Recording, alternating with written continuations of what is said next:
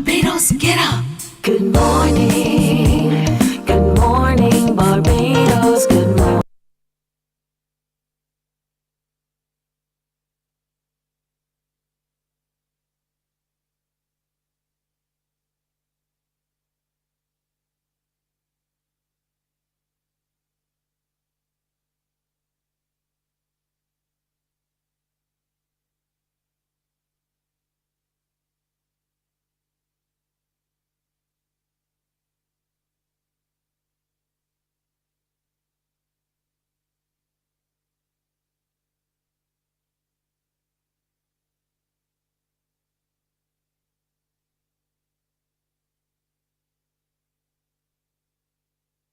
Wake up, wake up, wake up, wake up.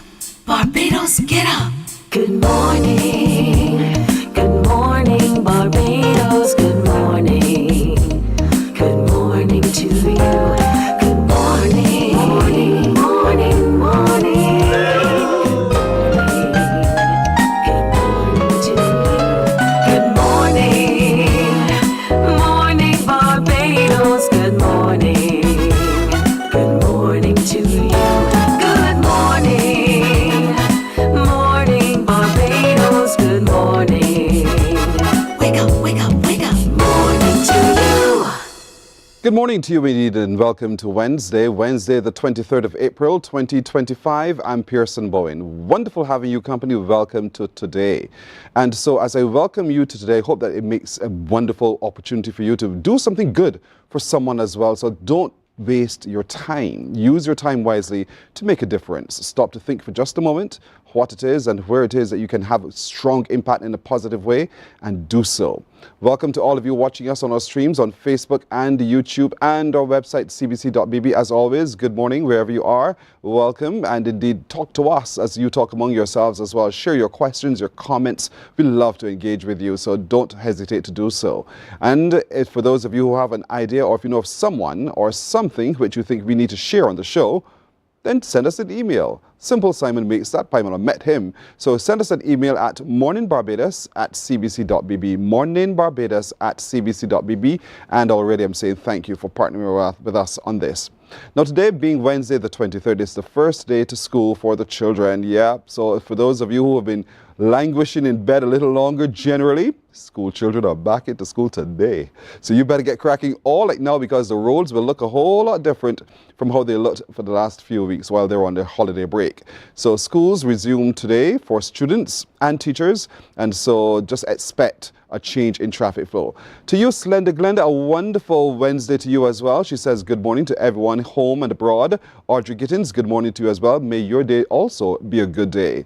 Oh, that's a beautiful song, isn't it? Karen Oliver, good morning to you as well. She says good morning to Team Morning Barbados and to everyone everywhere. To you, Karen, as well. Thank you for waking up and thank you for engaging with us. Sweet Ron's, Rhonda Hines Graham is also wishing the Morning Barbados crew and the family, all of you, a happy Wednesday. And do some exercise today, she reminds us. Who? Me?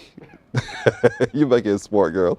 But anyhow, Sweet Roz, you do your exercise today. Kaz Walker, how are you doing? You're watching from the United Kingdom. Good morning to Kaz Walker. Thank you so much. And share the news, share the show. Tell others about us as well in the UK. We can't wait to hear from them. Patricia Ben is in the United States. She says, good morning to the sisters and brothers across the pond. This pond sends the ripples back to you, Patricia. We wish you a lovely today as well. Thank you all for being so kind and generous and continuing to exercise that wonderful Bajan tradition of saying good morning, good afternoon, good whenever time of day it is, and to extend a helping hand as well. Thanks to all of you. Cloudy, last name, good morning to you watching from Martinique. Good morning indeed. Bonjour, ça va? Have a wonderful today indeed. Cloudy Zekles, I suppose that's how it's pronounced. But good morning to you, Cloudy. Thank you so much for watching us from Martinique. Don't hesitate also to share from Martinique some of those traditions as well, so we can get a little bit closer to our French brothers and sisters across the region as well. So good morning, everyone. How do you do? Make it a wonderful today. Now, as we get ready to get into the show, just want to let you know, coming up today, the Pope and the Catholic Church. The Pope has died. And so what happens next? We'll get to hear from the head of the Catholic Church of Barbados, the Right Reverend Bishop Niels Canterbury. He's sitting with me already. I will introduce you to him in just a moment. Also coming up today, the Crifty Games are over and we did well. We didn't have the most medals, but we did well. And so this morning, our man on the ground will join us to share the experience and some of the highlights of the outstanding performances of the Barbadian athletes in track and field. Our OB-GYN, Dr. John Barker, he'll come by as ladies. He'll be taking another look at women's health, so look out for that when he joins us. Monday coming is a significant day for the Autism Association of Barbados. That's when they're encouraging all of us to show in big numbers our support during the month of April, as we have been doing, but particularly on Heroes Day, when we engage in a heroic activity in the walk and run. And this morning as well, we'll be meeting a grandfather whose love for his grandson, or his grandchild really, of autism is profound. And so he'll share with us this morning dealing with the child of autism, but also why we should be a part of the Autism Association of Barbados. And we'll introduce you to a singer. Perhaps you don't know her, but her name is Gabriella Atherley. You'll get to know her today as well and engage with her performance as well. So let's get started by taking a look back at that momentous occasion on Monday when we all woke up to the stunning news that the Pope had died. We do recall that on Easter Sunday he did show before the crowd in the Basilica and he waved at them, and so he wished them well. But then when did it happen? What happened? The timeline stuns us all. And so the Catholic Church in Barbados is responding to all of this as well. After all, he was Papa Pope. And so joining us this morning as we take a little deeper into understanding what happens next and showing our appreciation for his contribution to the Christian community across the globe, we're joined by the Right Reverend himself, Bishop Neil Scanterbury Barbadian. He is the Bishop of Bridgetown. And so good morning to you, Bishop Scanterbury. Good morning, Pearson, and good morning, Barbados. As always, it is so good to sit across from you. We learn so much. And so have you had personal connection to the Pope? Yes, actually. After I was ordained bishop, what they do, they invite all the newly ordained bishops to come to the Vatican, and they have what we sometimes jokingly call baby bishop school. So what was that like? I mean, here it is, you're going all up to Italy, to the Vatican City, and I'm hearing, because I've never visited, that it is stunning to behold. Yes, it is. And it is also very commercialized now in this day and age. But indeed, to look at some of the art and the architecture, and it's just stunning. It's beautiful. And I even go through the Sistine Chapel, and where the election of the Pope will take place, and to be there, it is truly you just have to stop and reflect, to ponder, and every picture grabs your attention to think. You walk into a place that you've read about, you've heard about, and suddenly you are there. Yes. And not just there, but you are going to meet the man who leads the church. And talk to me about that encounter, that moment when you were ushered into his presence. Well, it was the group of us, and we went forward one by one, and it was really, he's a very down-to-earth, simple guy who, with a firm handshake and jovial, and it is really it was a moment of like, wow, I'm shaking his hand. I can imagine how that must have felt. Where were you when you got the news? How did the news impact you of his death? Wow, I woke up and I was checking my phone to see if any important messages, and there it was, and it's like, okay, no, this was not the first time someone texted me to say the Pope died, you know. Okay. So I needed to double check, and so I checked different things, media, and I realized, yes, it is for real. And so therefore, it's like, wow. And so therefore, I prayed for him, and it is mind-boggling at times. I mean, when we thought it would have happened weeks ago, with a serious illness, now it happened. And it happened at an interesting time. Yes. It was right after he gave the world and the folks in the square his final blessing, and his final blessing to the world. Wow. And it's like, wow.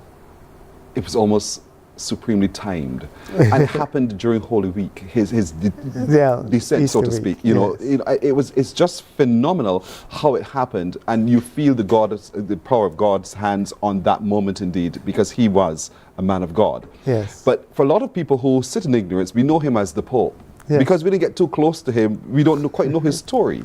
So we thought we should capture that in video to share with him, and we'll cover it back and talk right after. Let's take a look at who was Pope Francis. The surprise election in 2013 would mark a more radical break with the past than many expected. Jorge Bergoglio did have Italian roots, but was born in Argentina. While studying for priesthood, he worked briefly as a nightclub bouncer. As Pope, he greeted his flock, having taken the name of a saint who championed the cause of the poor. His style was informal, even when conducting ceremonies, and his first act as Pope was to pay his own hotel bill. In his early gestures, like washing the feet of the elderly and prisoners, he showed desire for his priests to be closer to the disadvantaged. He spoke out for the protection of migrants and refugees, laying a wreath on the waters where so many died on their perilous journeys. He linked economic inequality to the environment. In a video launching a papal encyclical, he said climate change amounted to rich countries inflicting damage on poor ones. He travelled widely, drawing energy from the crowds. In Brazil, 3 million gathered on Copacabana Beach. The Pope of the Holy See! In 2015, he became the first pope to address the US Congress. I am most grateful for your invitation, telling the world's richest nation to take care of Mother Earth. God bless America. He apologized for the scandal of sexual abuse of children by priests. His words here spoken by a translator. God weeps for the sexual abuse of children. On a visit to Ireland, the first by a pope in almost 40 years, he apologised to victims at almost every event, but scandals continued to emerge. His papacy marked something of a change of tone on the subject of homosexuality, early on remarking, "Who am I to judge?" when talking about a gay bishop. But some progressives argue that in practical terms, the Vatican's stance and the Church's teachings have changed little. Even so, conservative Catholics viewed him with suspicion. But in some ways, he was as traditional as Pope John Paul II, whom he made a saint. And he had very conservative views on abortion, contraception, surrogacy, and gender reassignment. His style of papacy, though, couldn't have been more different to his immediate predecessor, Benedict XVI, whose funeral he presided over. Through the scores of cardinals from the developing world he appointed, he changed the complexion of the church hierarchy, consolidating a shift in the centre of gravity of Catholicism away from Europe, where it was in decline, toward Latin America, Asia and sub-Saharan Africa. In recent years, Pope Francis was beset by health issues, most noticeably affecting his mobility, but he found it hard to pare down his busy schedule. Buona domenica a tutti.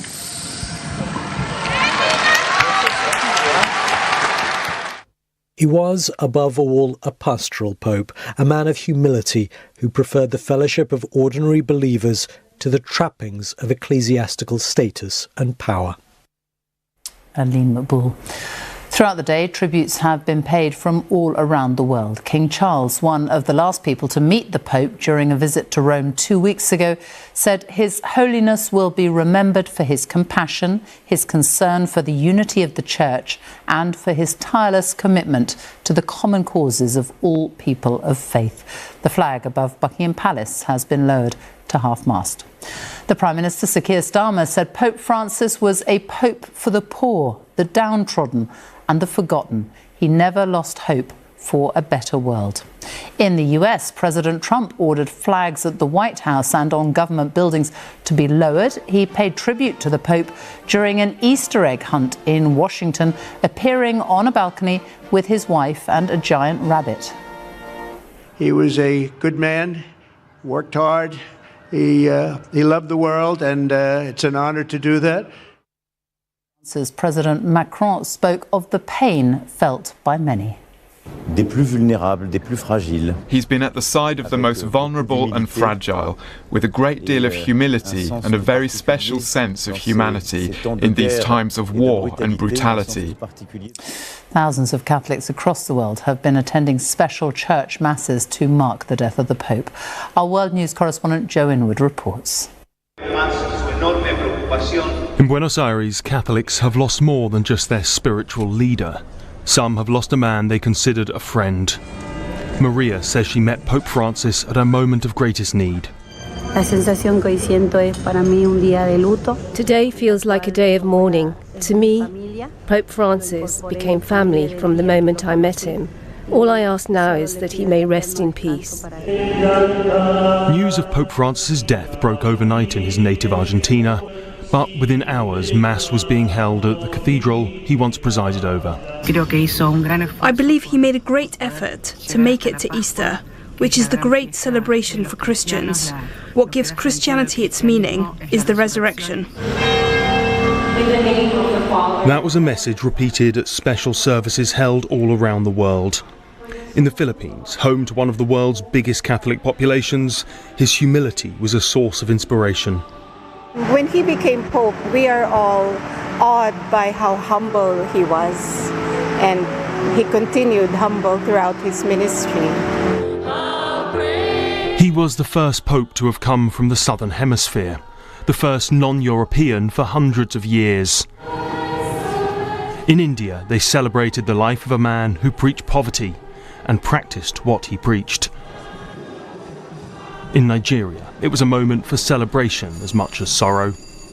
We say thanks be to God, because dying during the moments of the resurrection of Jesus gives on a good feeling that he has, as the apostles were asked to go to meet Jesus in Galilee, he has been asked to come home to meet Jesus. While in New York, his life was described with the words of St. Paul. I fought the good fight. I finished the race. I kept the faith. Boy, did he. He really fought the good fight. Grant that your departed servant Pope Francis... At Westminster Cathedral, a Requiem Mass celebrated the life of Pope Francis. Around the UK, special services were held. The Bishop of Armagh led prayers at St Patrick's Roman Catholic Cathedral. People arrived throughout the day in Cardiff to pay their respects. And in Scotland, people gathered at St Andrew's Cathedral in Glasgow. For the world's Catholics, it has been a day of sorrow, but also of appreciation for the life of a Pope unlike any other. Joe Inwood, BBC News. As we saw from the BBC, where they showed how people and Catholics around the world reacted to the death of, and how the church has been responded to that particular news. But what is the church in Barbados doing? We'll share with you right after this break. Morning, morning, morning. Good morning. Good morning to you.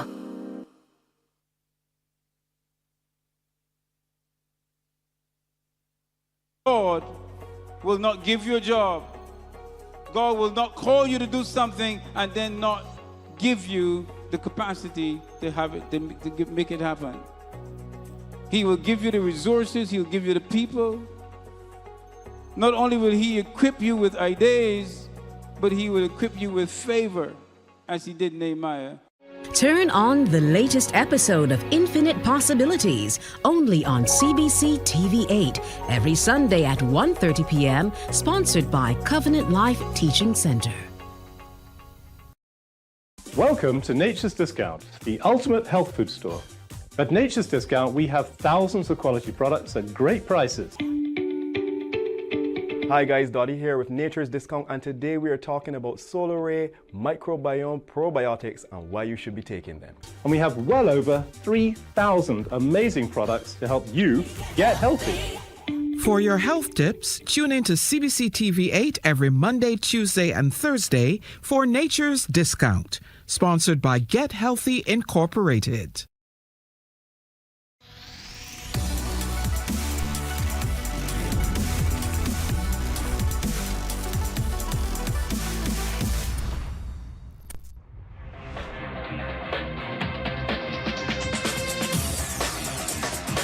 Week after week, Scold presents exciting reports and documentaries. Morning, morning. Good morning. Good morning to you. So we're back and we're continuing to engage with Bishop Neil Canterbury, head Bishop of Bridgetown of the Roman Catholic Church here in Barbados, about how the church is responding to the news and the death of Pope Francis. And so, Bishop Canterbury, how is the church in Barbados responding to the news of the death? Well, first of all, a number of people have been offering condolences.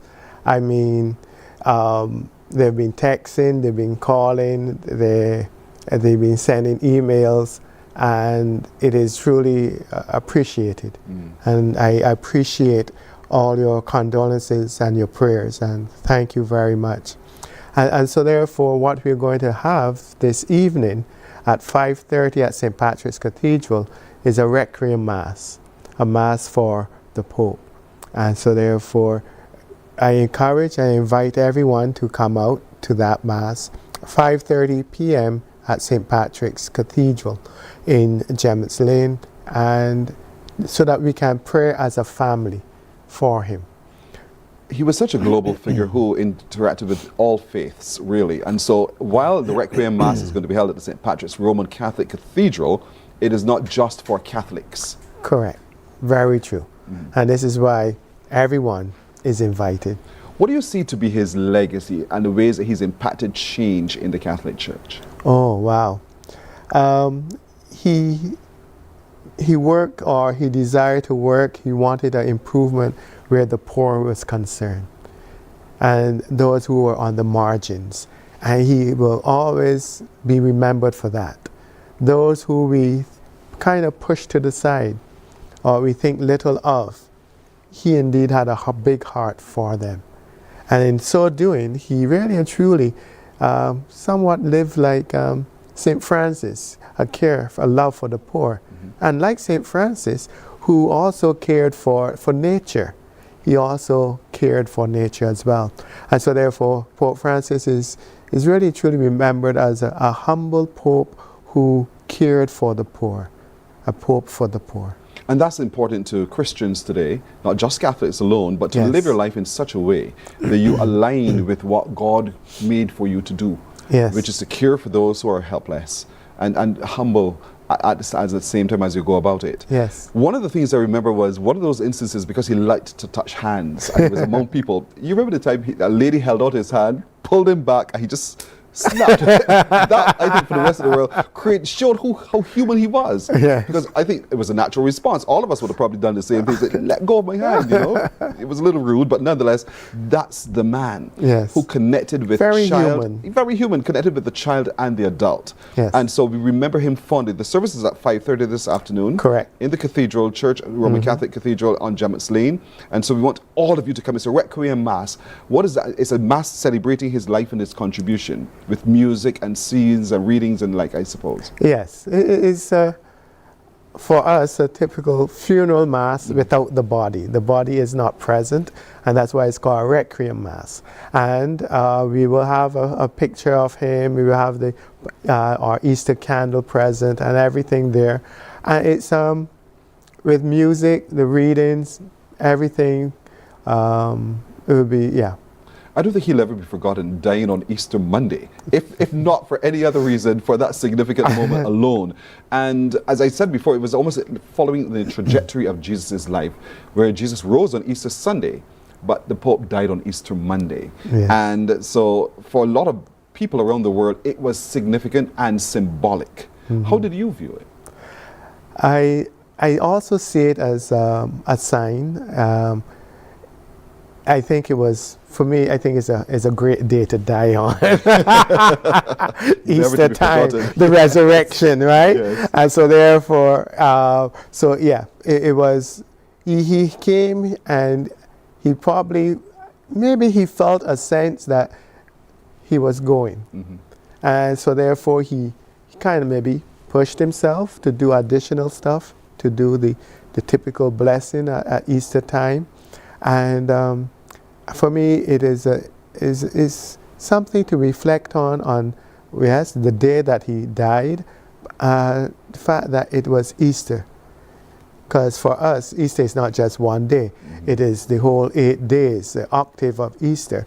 And so therefore, it was considered for us as Catholics, Easter day that he died. Resurrection morning, resurrection day. And it's like, he's gone with the grace of God to the resurrection, to be with Jesus. Wow, that's his powerful. good friend. His good friend, indeed. So what happens next for the church? Because now you have to elect a new pope. What's that process leading up to that? His funeral is on Saturday, we know that. It's correct. So the funeral is on Saturday. The head cardinal will do that, and all of that, it takes place. And so therefore, what happens next? Basically, we don't jump straight into the conclave. Everyone may think that. But the conclave takes place 15 to 20 days after his death. And so therefore, in 15 days, yes, there will be the conclave will start, and it will basically proceed with, first of all the cardinals will come, and they will discuss and they will talk about the reality of the church. Where are we going? What are we doing? And so therefore, that's basically the first step. The cardinals come and they talk, they share. And then when it is ready, the 15 days, basically we have a mass. There's a mass, basically invoking the Holy Spirit to come. Because we want the guidance of the Holy Spirit, so that the Holy Spirit will guide the cardinals. It is not the most popular person that gets the vote, really. It's what the Holy Spirit wants. And then basically the conclave starts. It's those cardinals who are under the age of 80 gets the vote. Under the age of 80. And so therefore, it is in secret. It's in secret for a few reasons. We don't want anything outside to influence or distract from focusing on what the Holy Spirit wants. And so therefore, it is done in secret.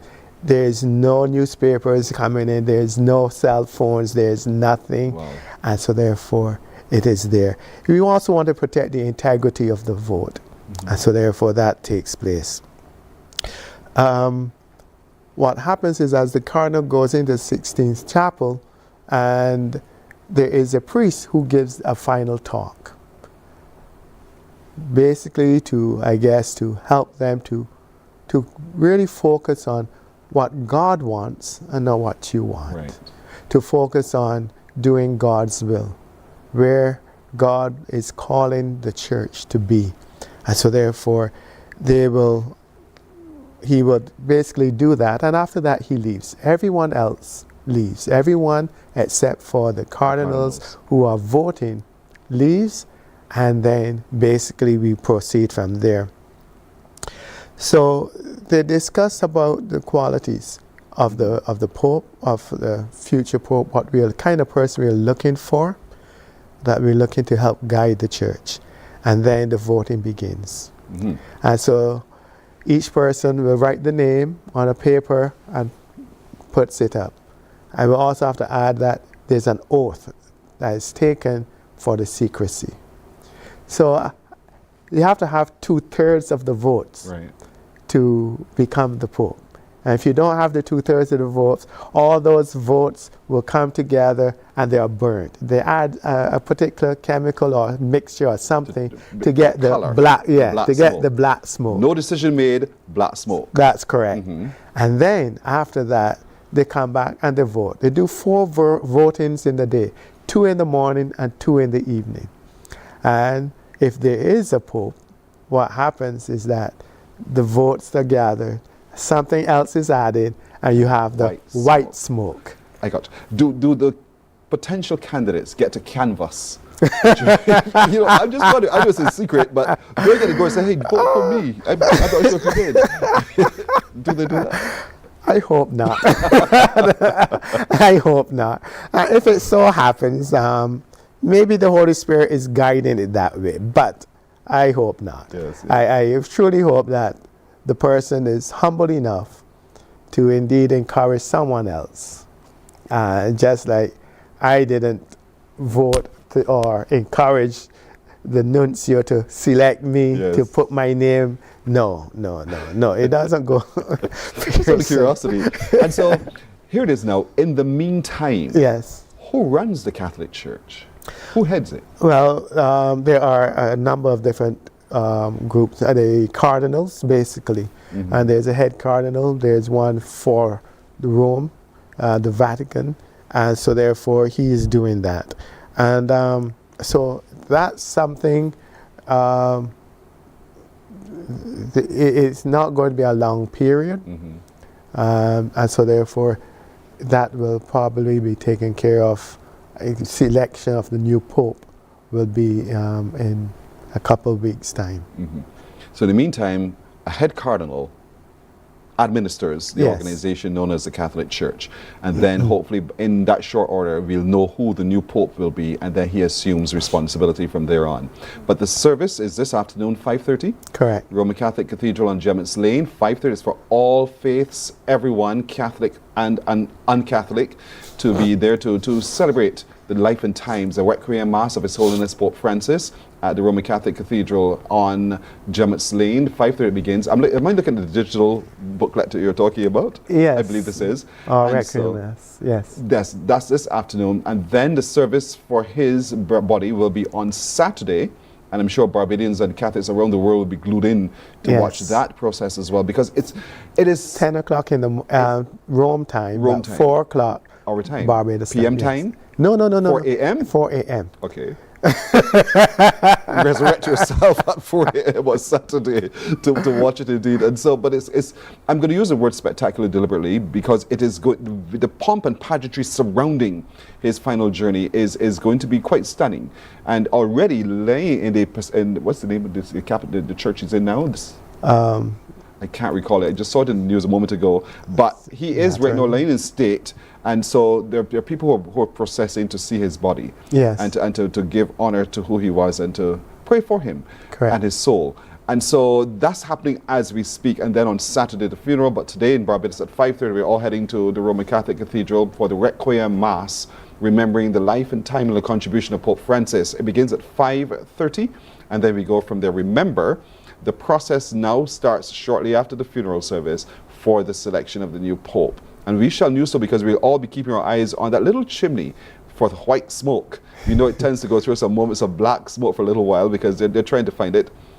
And then we're doing that. But, you know, you did say to us that you met His Holiness, the Pope. And we have a picture of that meeting when you held his hand. What is this? What does palm feel like? Small hand, big hand, hard, crusty hands? What was it like? It was not a hard hand.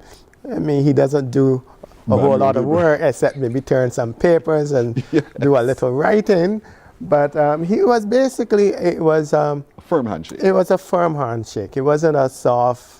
No, it was firm. It was, and it was good. I mean, so it was an honor, a privilege to shake the Pope's hand, and I'm not sure if I will get that opportunity again. I mean, one never knows. Now one never knows. Yes, indeed.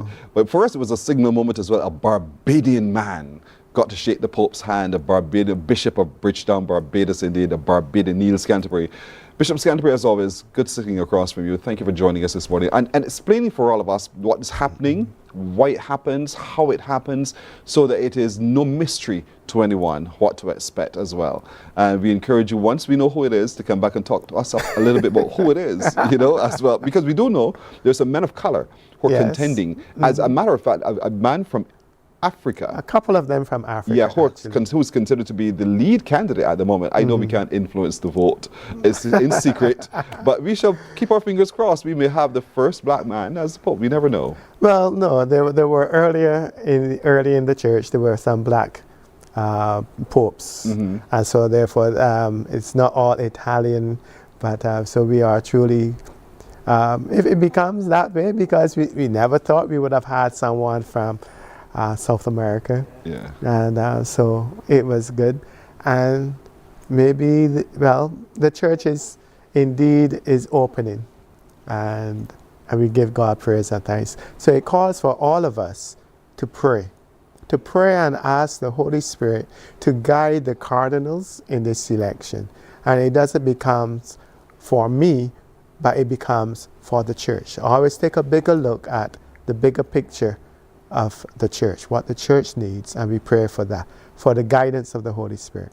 And I thank you for all your condolences and your prayers, and do come on out for the Requiem Mass, and thank you. Thank you, Pearson. Thank you as well. The Most Reverend Bishop Niels Canterbury, who is the Bishop of Bridgetown. Indeed, it's an honor sitting across from you. Thank you so much, sir. Thank you. You're welcome. We're taking a break here. We're back in just a moment.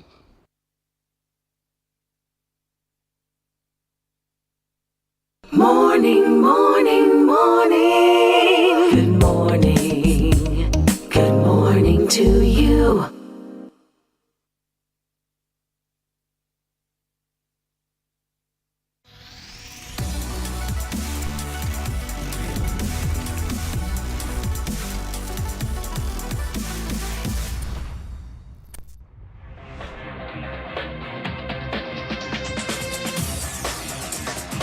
Week after week, Scold presents exciting reports and documentaries on the most varied topics of our time.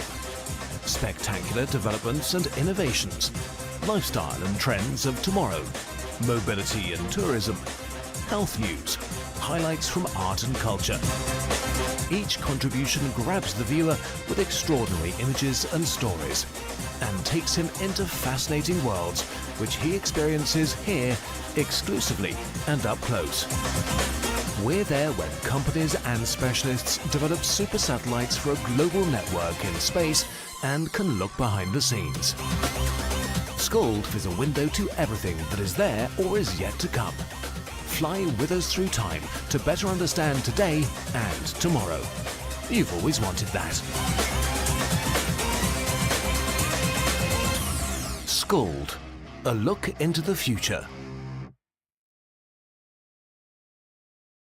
Our world today is not the world God wants it to be. One of the reasons which will surprise many is that our planet, its governments, and its peoples are all living under the weight of Satan's rule. From the beginning of mankind's existence to today, human history is the written record of what it means to live under the rule of the devil. Yet that rule is coming to an end. And what a difference that will make. Every Sunday at 9 a.m. on CBC TV 8, tune in for Tomorrow's World, sponsored by the Living Church of God. Hey there, it's Mahalia.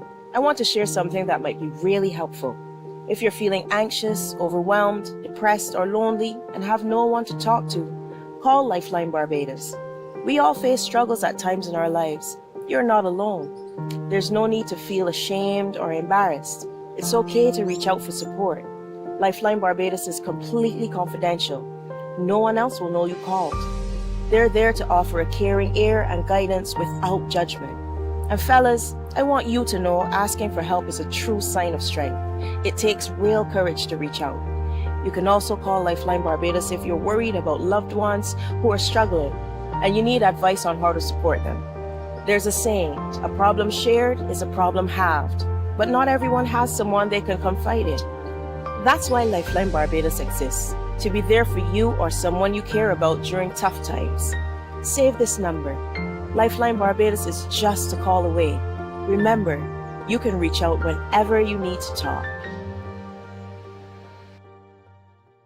There is a saying, you can find a Bajan anywhere. Are you a Bajan living abroad? Or do you know of one who has migrated to another country? Well, we at Mornin Barbados would love to have you or them on our Bajan Affair segment. Share your amazing stories, experiences, and how you have adapted to a new culture. Send us an email to morninbarbados@cbc.vb, and together we will travel the world.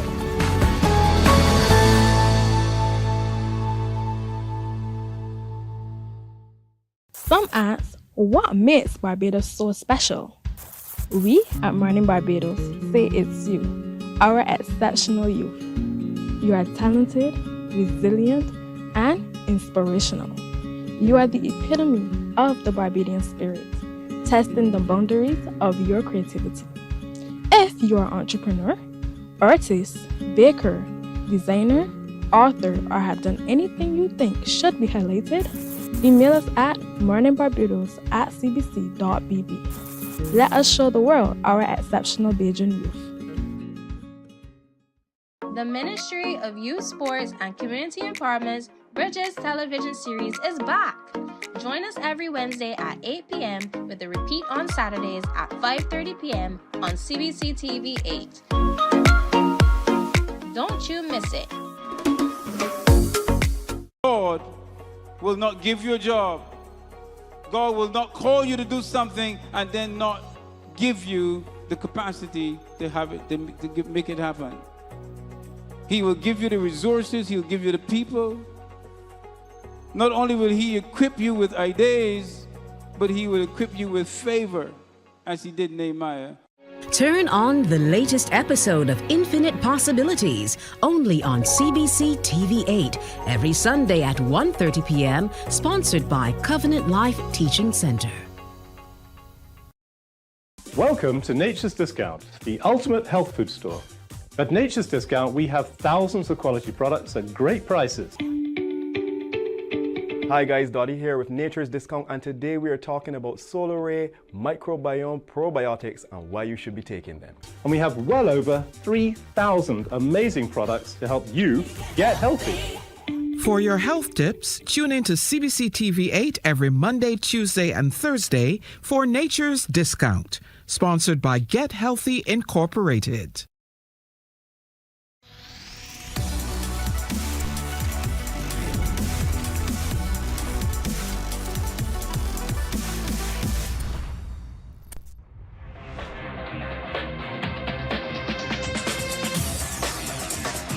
Week after week, Scald presents exciting reports and documentaries on the most varied topics of our time. Spectacular developments and innovations, lifestyle and trends of tomorrow, mobility and tourism, health news, highlights from art and culture. Each contribution grabs the viewer with extraordinary images and stories. Morning, morning. Good morning. Good morning to you. 17 minutes now to go to 7 o'clock. As you don't know, in the month of April, we have been talking up your support of autism. The Autistic Association of Barbados continues to encourage all of you to widen and deepen your understanding of autism and to grow to love those children and people with autism as well, but to find opportunities to help them grow as well as they do so. And that's what we're demanding, opportunities to be made available to children of autism and people of autism to be their best selves and to achieve all that they want out of life, just like any other person. They have a big event coming up on Heroes Day where we want you to be heroic yourself and come out to be a part of the big event happening. But joining me now is a man who is the grandfather of a child who is autistic. And so we want to hear his story as he continues to inspire you as well this morning. We're introducing now to David Whitaker. David, good morning to you. Good morning to you, sir. Thank you for joining us this morning. You're welcome. Is your grandchild a grandson or granddaughter? Grandson. It's a grandson, okay. Yeah. So here it is. You have this little boy. How old is he? He's 14. He will be 15 on the 1st of May. How are you handling this? Pardon? How are you handling this child with autism? Oh, it's been a challenge, especially from the beginning when we first found out that, you know, he had autism. But before I go any further, I want to, the mistake that we made, after we found out that he had autism, you know, we as parents, his mother and I, we didn't divulge in like finding out how to deal with it. Yeah. And I think that was a big mistake. We just went along, and when he got into his behaviors and things, we didn't know how to handle it. You understand? And that was a big mistake. I used to get angry, she used to get angry, but as time went along, and especially when I joined the association, I learned a lot, and I was able then to handle situations better, especially when you know how to get up into the thing. My first priority was to cool him down, to get him to cool down. Anything else will come after. and I would just hug him, hold him, you know, and sometimes he would put up a fight. But eventually, he would calm down. And I want to give God thanks, first of all, you know, because without God in the picture, nothing ain't gonna happen. You're quite right. And so a perfect baby was born. All the fingers, all the toes, the hearing, the right place, all of those things were there, but you didn't see the signs of autism. What was it that triggered you to say, well, something's not quite right here? I got to give his mother credit for that. Because he would go into the cupboard and he would take out all the groceries, right? And cans would put them in stacks or line them out one by one and line. And it must be perfect. Yeah. And she said, well, this isn't a thing.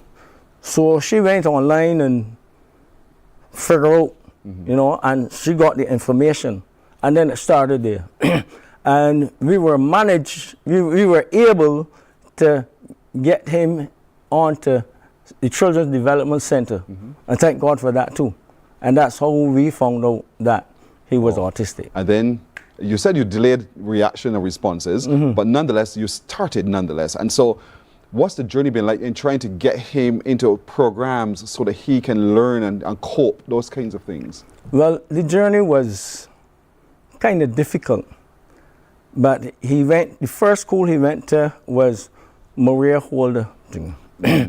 And when my daughter went to the head teacher, because, you know, they have a speech thing. And she said to the head teacher, well, he isn't speaking normally like a thing. The head teacher said, look, man, try to bring the child, man. Just so, you know, because she knew all about it. And she handled him. He was there for 2 years. Then he went on to Irving Wilson, had some difficulties there. And now, thank God, he is at Derek Smith School and doing very well. Lovely. I might add. Yes. Very well. I'm glad you said it like that, because there are parents who figure, I can't handle this, I can't cope, I'll give up. But he's doing very well. Because you provided him the opportunities and the resources to be able to do very well. Yes. You said he's in teens, he's 14 going to 15 on May the 1st. He's going to be 15 on May the 1st. In a matter of days. Yes. But in terms of his ability to be social, to interact with others, how is he now? Well, at first, Aiden didn't used to leave the house at all. And that was a bother to me. But as he got older, when he got 12, he started saying, I want to be a teenager. I'm going to be a teenager. Somehow he probably didn't know that when he reached 13, he would become a teenager. And from the time he hit 13, he wanted to be outside. Wow. They don't inside the house no more. He wanted to be outside. Yeah. But the challenge was the other boys and children in the neighborhood not knowing what autism was. It was difficult. The transformation was difficult. And he would always get in fights and things. But I must compliment the neighbors in the neighborhood. It was difficult at first. Everybody would come and complain and think. But after a while, even now, he would go for his walk. And let me tell you, when you see 5 o'clock on evenings, that's his thing. He would go for his walk or he would ride the bicycle. Morning, Aiden, or good evening, Aiden. You know? Yes. And he interacts with everybody. And this is important. The neighbors, the people in the neighborhood, they realized what was happening. And now all of them are friends. And I just wanted to shout out all the people from Browns Gap in Jackson, because I have to thank them too. Because they found out that how he is, and they were part of the journey up to this moment. Right. And so the association gives you support. Yes. And I'm saying that because there are parents who are watching who have children who have autism and hiding them away, but join the association. Because in doing so, you meet others like yourselves who lend you their advice, who give you, who says, hey, listen, I understand what you're going through. Sometimes you just need to hear that. And so the Autism Association of Barbados encourages parents of children with autism, not to hide them away, nor yourself, right? Because there are opportunities made available to you. Aiden Speaks Now. There's speech therapy available for children to help them develop their language skills, and for you to also develop your language skills with your child, because not all of them is verbal, and so you want to be able to find a way to communicate, and so the association provides you with opportunities to do so. I'm glad you mentioned that, because when I found out that I would be on the show, one of the first things that came to my mind was to encourage parents out there to join the association, right? Don't feel alone, don't feel left out. We encourage each other. We're like one big happy family, and you could have a problem, right? Yeah. There's some, and I want to encourage those who are in this association now. Sometimes the child have a problem and thing, and they want to keep it to themselves. Don't be shy, but that's how it will started for me, because there was a time he was, man, let me tell you, that morning, and I went straight to the phone, and there could have actually heard how he was reacting, because he didn't want to go to school, right? And after that, my phone was flooded. I even had someone from overseas, because you have people in the overseas who joined the association, and I got so much advice, and I want to thank the association for that. So I'm just encouraging the other parents, don't shy back. Yes. Express yourself and let us know what is going on with your child. Absolutely. Well said, David. David Whitaker, who's the grandfather of a child, little Aiden, who is 14, heading to 15 years old on the 1st of May. Yes. And so don't forget that big run, walk, cardio, spin out with Spinny as well is happening on the 28th from early in the morning, but you need to be at the Barbados Association of the Disabilities Unit. That's where you go on Calamarot, $35 adults shirt, $25 for children. Just buy the shirt. Your money is going a long way for the association as well. So we encourage you to participate on Heroes Day from 8:30 in the morning spinning, but before that, from 7 is when the walk and run starts. Thank you, David. Wish you well with it, and wish him happy birthday for us, okay? And if I might just say one thing. I wear my shirt every weekend, either a Friday or a Saturday. I ain't waiting till Autism Month come round. Good man. You understand? Good man. You're teaching us. You're teaching us. You're walking the talk. Yes. All right, we're coming back in just a moment. Morning, morning, morning. Good morning. Good morning to you.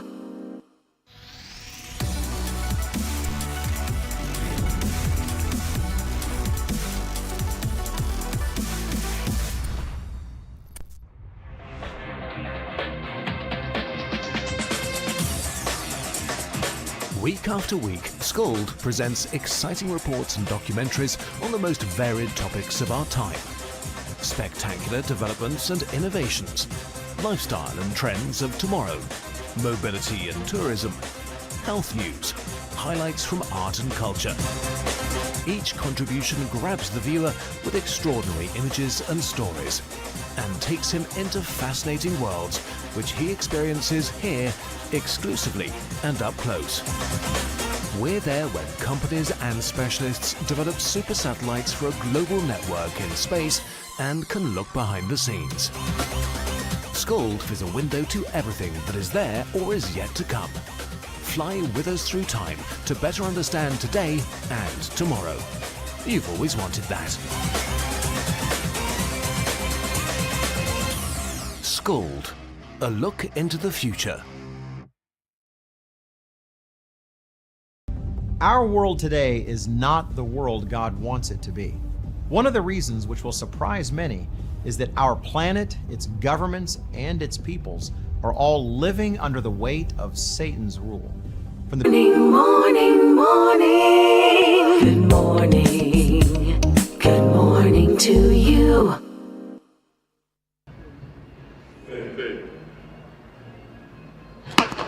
The under 20 boys 200 final set on their way. Junior Gallimore of Jamaica has gone out well. Jalen Green of Barbados is running brilliantly. Foreman of Jamaica also going well. Green coming forward for Barbados. Foreman of Jamaica is on the outside. Green and Foreman. Oh, it's so close. got that right. It was so close. And so the man who was on the ground for us here at the CBC was the man and only Anmar Goodrich Boyce. Anmar, morning. Good morning to you, Pearson, and good morning to all of our listeners and viewers on Mornin Barbados. Listen, you were in the right spot to watch that race. How was it watching as a Barbadian, seeing a Barbadian win gold? Yeah, it was a spectacular performance. I sat in the media room watching the race, and it was fantastic. We knew, though, that Jaden Green would put in a brilliant performance, and he had the time to win the race, and his execution was near flawless.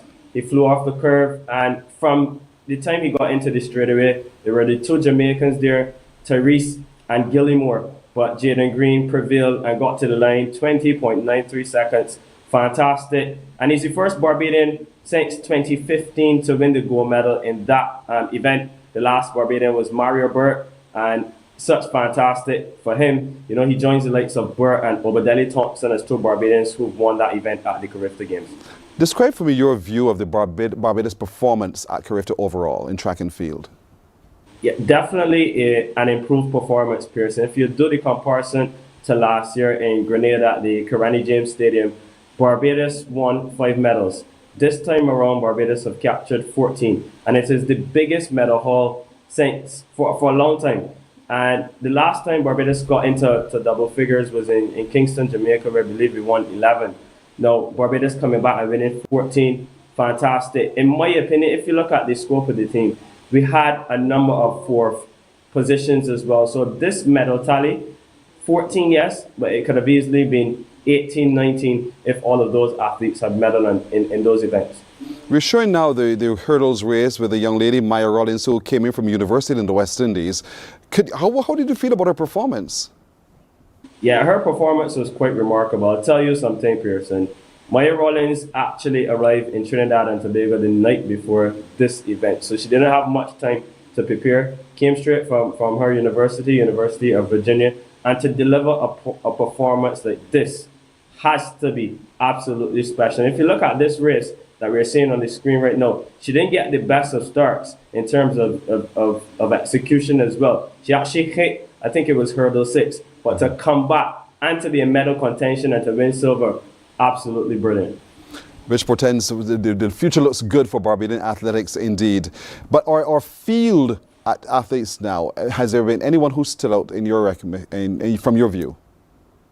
Most definitely. Shania Motley won the first medal for Barbados at the Games in the under-17 girls high jump, 1.71, and it was a very commendable effort from that young lady. I'll share a bit of her backstory. You know, she's trained by Coach Desiree Gamble at the St. Michael School, and Shania really, in terms of athletics and getting into that event, she's an athlete who really just started by trying to get some host points for her school, and Miss Critchlow really spotted her talent, and you know, kudos to Miss Gamble, I beg your pardon, she's now married. And you know, in terms of the work that she did with Shania Motley, Shania Motley is a very special athlete. If you watch her, if you know how she goes about, you know, her training and stuff like that, definitely one for the future. Jaden Walcott repeated, you know, in the under 17 boys shot put event, and that is a performance that Barbados really has to be proud of. At one point in the contest, he was actually leading Tion Haynes in the under 20 boys long jump, and this is one that really stood out for me because Tion, I know we do know that there was a bit of controversy and drama in terms of his event, but to show the resilience and to come back from what was going on, everything around him, you know, Tion was leading the event, and then the Jamaican more or less jumped past him. He had a bit of a medical issue where he had a scrape on one of his feet, and he went to the medical to get some attention. He asked for permission, and then when he came back, he was told that he was not able to get the 5th jump. However, he jumped on the protest, and it was actually the winning jump, but Barbados lost the protest. But I mean, to come back from what was going on was absolutely remarkable. It shows that young man is determined, and he has the right attitude, very, very, very positive. And he spoke to the journalists at length after the competition. He said, look, it doesn't matter what medal I got, I did this for Barbados. And, you know, to hear that from him, absolutely brilliant. Ebony Braffett as well in the under 17 girls javelin. Now, this is an athlete who also represents Barbados in females cricket at the junior level. to come to Carifta and to deliver this amazing. So Kaya Hunt as well in the under 20 girls high jump, another brilliant performance. So I think overall in the field, Barbados has done well, especially on the track too. I want to hear from you very briefly, because I don't have a lot of time left, Anmar, in terms of your view of the organization of the games and the readiness of Trinidad to host such games as well. What did you think of that? Yeah, what I would say, Pearson, is that in comparison, now this was the fourth Carifta Games that I've covered, and I would say that this Carifta Games had a lot of challenges, especially for journalists. In terms of where we were positioned, I think it was a good position for us to do our work. However, we did have some difficulties in terms of getting the athletes to do interviews and stuff like that. The working area, in terms of being able to do the interviews, it wasn't the best in terms of what we had in Kingston, Jamaica, what we had in Grenada. But yes, it's a work in progress. We look forward to see where the next games will be in 2026. But I do think that Trinidad has a lot of work to do in terms of logistics and organization of the games in terms of from a media standpoint. All right. Anmar, well done. Well done as always. You come into the office today? Thank you. I'll see you in a bit. Good man. Good man. So we shall talk. Anmar Goodrich, yes. Boys, man on the ground in Trinidad and Tobago for this year's Carifta Games, and well done to the Barbados team. We're back in just a moment. Morning, morning, morning. Good morning. Good morning to you. Our world today is not the world God wants it to be. One of the reasons which will surprise many is that our planet, its governments, and its peoples are all living under the weight of Satan's rule. From the beginning of mankind's existence to today, human history is the written record of what it means to live under the rule of the devil. Yet that rule is coming to an end, and what a difference that will make. Every Sunday at 9 a.m. on CBC TV 8, tune in for Tomorrow's World, sponsored by the Living Church of God. Hey there, it's Mahalia. I want to share something that might be really helpful. If you're feeling anxious, overwhelmed, depressed, or lonely and have no one to talk to, call Lifeline Barbados. We all face struggles at times in our lives. You're not alone. Good morning, morning. Good morning. Good morning to you. 2 minutes after 7, let's look at news now. Political scientist Peter Wickham says all eyes will be on the by-election in St. James North, given MP Edmund Hinkson's announcement that he's resigning on Friday. He believes it can be called just before crop over. Mr. Wickham says the resignation of Mr. Hinkson comes as no surprise. The argument is that he has completed a major piece of work for which he was able to gain bipartisan support, which would be his work on the disabled. It's something which was very widely received, and he obviously feels now that he's ready for retirement, which coincides nicely with the time that would have been his last term if the election had run full cycle. Mr. Wickham adds that the Barbados Labour Party is rumoured to have tipped the Senate Minister of Educational Transformation, Senator Chad Blackman, as Hinkson's successor, who is well positioned given his foothold in that constituency and also who has some political experience. He says the Democratic Labour Party will have a huge challenge in messaging within that constituency. The Democratic Labour Party has opted to go with Felicia Dujon, which for me was a huge surprise. Against the background, I think the Democratic Labour Party has some challenges in terms of the perception of how they treat women. My sense is that this constituency will be a particularly heavy lift. It's the second or third strongest constituency in the island for the Barbados Labour Party. Any candidate going in there will have to take on a fairly heavy task, and the prospects of success are really quite low. With the month of April winding down, St. John is gearing up to take over from St. Joseph for Regathering from May. The St. John Regathering Organising Committee says a suite of events and activities will be on offer. Public Relations Officer Leah Howell says the parish activities will bring out the community spirit, and activities throughout the month of May will be centred around the theme community. You know what you think about when you think about community. You think about, going out to a line with your friends and family. You think about going to a picnic. You think about going to a sporting event.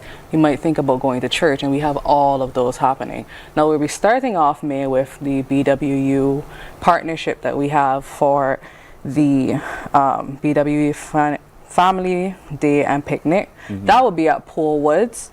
Starting from 12 p.m. midday all the way until 6 p.m. Presenting the youth in a positive light is the thinking behind a community outreach program in the north of Barbados. It is an initiative of the Seventh-day Adventist churches in Speightstown and Mile and a Quarter. Pastor DeVere Lindo of Seventh-day Adventist Church Speightstown says it started with a parade with the Pathfinders Band.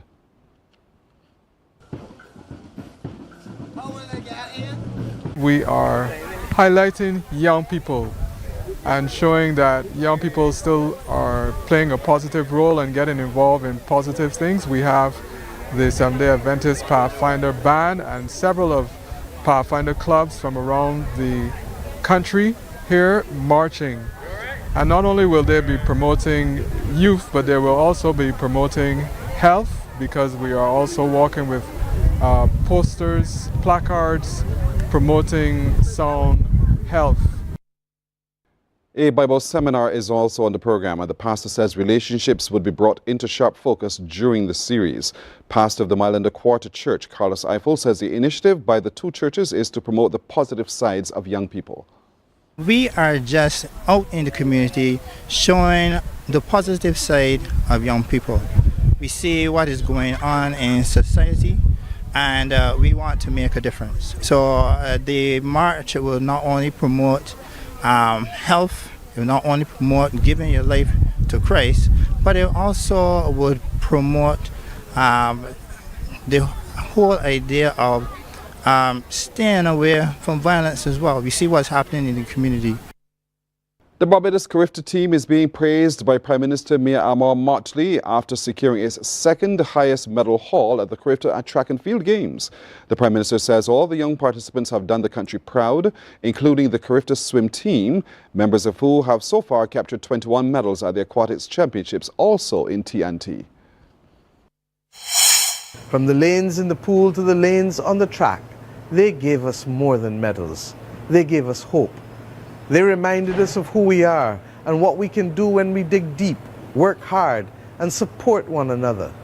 These boys and girls punched above their weight. When their backs were against the wall, they did not buckle, they rose. Barbados got the fourth largest amount of medals overall in track and field, a remarkable feat, and indeed our best showing in nearly a decade. In the pool, our swimmers made waves of their own, delivering podium finishes that left no doubt about our talent and our potential. I don't want to leave anyone out. Every single athlete who represented our flag did so with pride, and we're proud of all of you.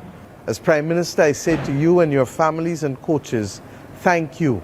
Thank you for showing us the best of who we are and the boldness of who we can be. And that's our news until now. We'll have more news on TV8 at 12 noon. Morning Barbados comes right back right after this break. Morning, morning, morning. Good morning. Good morning to you.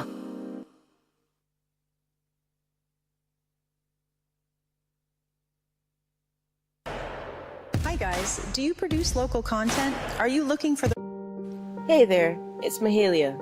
I want to share something that might be really helpful. If you're feeling anxious, overwhelmed, depressed, or lonely, and have no one to talk to, call Lifeline Barbados. We all face struggles at times in our lives.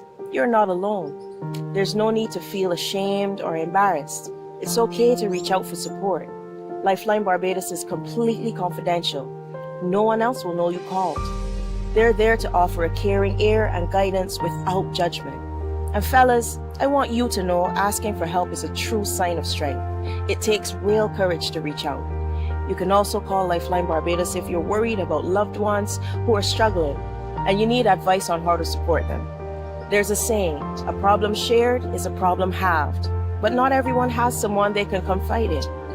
That's why Lifeline Barbados exists. to be there for you or someone you care about during tough times.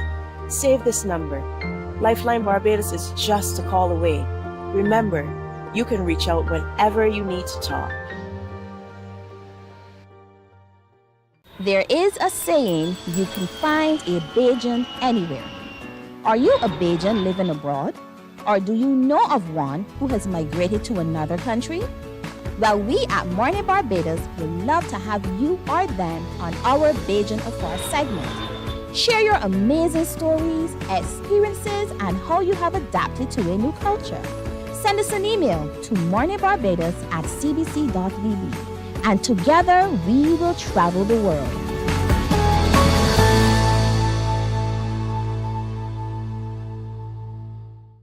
Some ask, what makes Barbados so special? We at Mornin Barbados say it's you, our exceptional youth. You are talented, resilient, and inspirational. You are the epitome of the Barbadian spirit, testing the boundaries of your creativity. If you are an entrepreneur, artist, baker, designer, author, or have done anything you think should be highlighted, email us at morninbarbados@cbc.bb. Let us show the world our exceptional Bajan youth. The Ministry of Youth, Sports and Community Empowerment's Bridges television series is back. Join us every Wednesday at 8 p.m. with a repeat on Saturdays at 5:30 p.m. on CBC TV 8. Don't you miss it. God will not give you a job. Put a little magic in your life, they can't see me. She's so thicky and that polka dotted bikini. Baby, why you frontin'? You know that I've been the best. I come for their net. They run cause I'm next. That's called Better Than Me. The lady is called Life of Gabs, Gabriella. Gabriella Adri, good morning to you. Good morning. Gabs is her name. I have a niece who's called Gabriella as well. I call her Gabs too. Okay. She's just as stunningly beautiful as you are, I must tell you. you. But here it is. We're meeting you for the very first time. And I think for a lot of our audience, it's also their first time. Yeah. So we want to start at the beginning. Talk to me a little bit about your start in music and performing. Okay, so I started writing music at a very, very young age. Can't remember how old, but I know I was in primary school at the time. And I used it as a way to express myself, both emotionally and, I love storytelling and story writing. So I use it as a way to, talk and get my emotions out. And my little outlet. But that's writing music. That's fine. Yeah. You can get it up on paper. That's great. But you decided, I'm going to take this. I'll sing my songs. Yeah. And so knowing your voice would be important. How did you discover what you sounded like and find the words that best matched what you sounded like? Yeah, so it was a bit challenging at first because I felt like I didn't obviously know myself in the beginning, but I did a lot of experimenting over the years, along with having my partner there as support, my support system, to help build the confidence within myself, because I felt like I didn't really believe in myself. So after building that confidence and experimenting and being 1000% confident, this is Gabs. This is how I sounded. And you liked it? And I loved it. Well, I'm glad you used that word. I loved it indeed.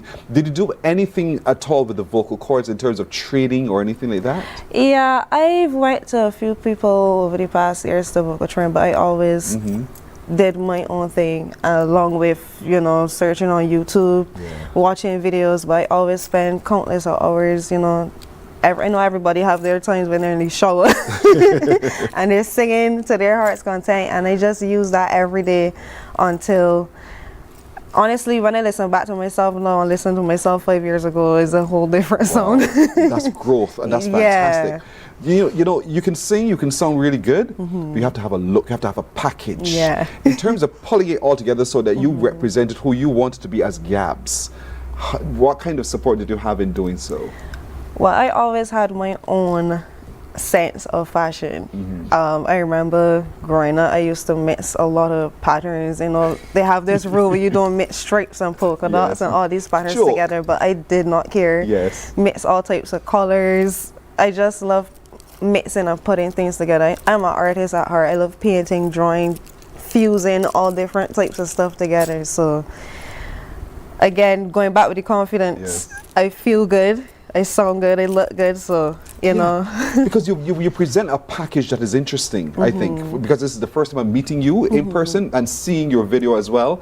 And so it's a stunning, and it's one of those that you can remember, which is absolutely important for any artist because you want to stand out. Yeah. And so here it is, you're already beginning to have an impact on me, and I'm sure our viewers are feeling the same. And so as a young Barbadian who's writing and singing, you're competing now with the rest of the world. Yeah. how do you intend to get yourself noticed so that you are head and shoulders sometimes above? Well, that's actually an interesting question. What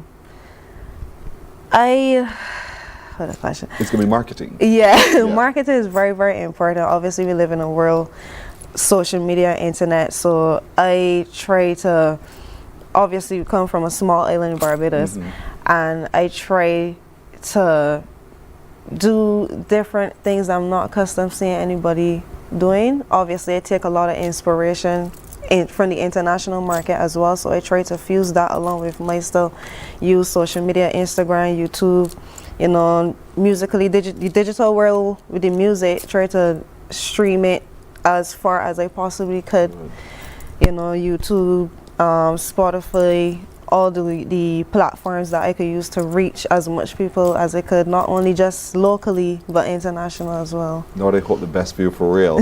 How would you describe your art, the work you do? Playful, confident, with you know, the sexiness, the feminine. I like fusing again a lot of styles. I like hip hop and R&B, so I like to fuse both. I like rapping, I like singing, so I don't know if a lot of people are familiar with melodic rapping. I'd hear some more. Of course I am, girl. Yeah, I get a sense of what you're talking about. Yeah, so I like to fuse the R&B hip hop along, not just focusing on R&B and hip hop because that's my love, but I also like to fuse a lot of different genres and aesthetics. I think that's awesome. Yeah. I really, and people think it's easy to do, but it's not that easy. And so to have someone like you who's able to do so, I think is a really good selling point for Barbados and for you as well, because you're breaking into the section of the market that is so craving that kind of fusion of what you do, and to be able to do it so well is what you do. Yeah. In terms of getting onto a record label, have you discussed that with anybody at all to see how can Gabs break through? I really hope somebody I've had some conversations. Obviously, I work with my partner. I'm sorry, I want to interrupt you for a second. Look at your screen. What do you read? Go Gabbert, you sing well. God bless. You see? So there are people on social media who are already commenting. But what they've just met you. Good morning, Gabriella. That's from Martin Duncan now. So they're shouting you, they're tuning in to who you are and what you do.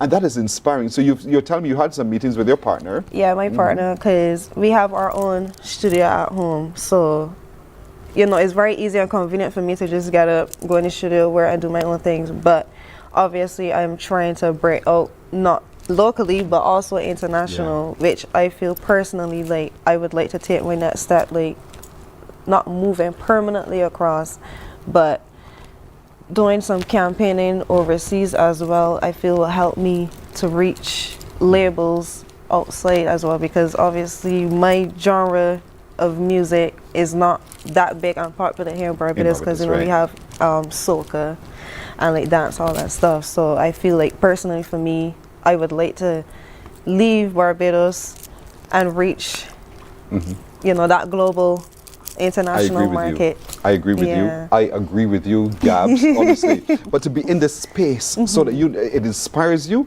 but you're also inspired and other people are turned on to what you do. I agree with you. You can't do it here. Our market space is not quite kind to the kind of music that you do as easily. But I like the fact that you are so bold and that you're intentional in everything you're doing. You see our social media comments as well, that they're talking about you. And so to be able to be talked about is a good thing. And I really want you to take your music so seriously that you become the huge, huge success. Yes, thank you. I like the look, I like the sound, I like everything about the packaging thus far. And I really wish the very, very best for you, Gabriella. I honestly do. And so is your music available on radio in Barbados? Don't call the station. Yes or no? That's a yes or no question. Well, I believe so. Okay, Yeah. because if it isn't, we have a radio station here that features local artists as well, new and upcoming and as well. It's called 94.7 FM. Yeah. And all you need to do is to send your music, your MP3 files, to operator@gmail.com. With all the information for us, and we are good to go. It will be on the radio. Thank you. Operator@gmail.com. Would you do so today? Yes, please. We can't wait to support you indeed, Gabriella. So well done to you indeed. Thank and we you. can find you on socials, right? Yes, please. So everything is LOGABZ, LOGABZ, Instagram, LO_GABZ, and everything else LOGABZ. Yeah. Yeah. She's so easy, so she's a star. She's our star, ladies and gentlemen. We are so proud today to have introduced her to you. Her real name is Gabriella Atherley, LOGABZ. Life of Gabs, that's what the LO represents indeed. And so she's available on social, but she's available for performances, she's available for marketing, she's available for production, she is available for all of those things. Give her a call because you'll see the success that flows to you as well by this star known as Gabriella Atherley. Gabriella, thank you. Thank you. And I mean, I'm so happy to have met you today. I'm thrilled indeed. So hurry up and get your management to send the music. Definitely. Indeed. So tell us, So tell the folks who may have missed it, your socials one more time. So my Instagram is LO_Gabz, LOGABZ, and everything else LOGABZ. Simple Simon met the pilot. There it is. So find her, folks. You know, there's a thing, the algorithms that talk about the number of likes and the number of those kinds of things. Let's make her soar today. Soar today. Gabriella, LOGABZ, LO_Gabz. Is another way to find her as well. Just watch her music, engage with the music, get to know her starting today. All the best to you indeed. Thank you so much. You're welcome. You're welcome. We're back with more in just a moment.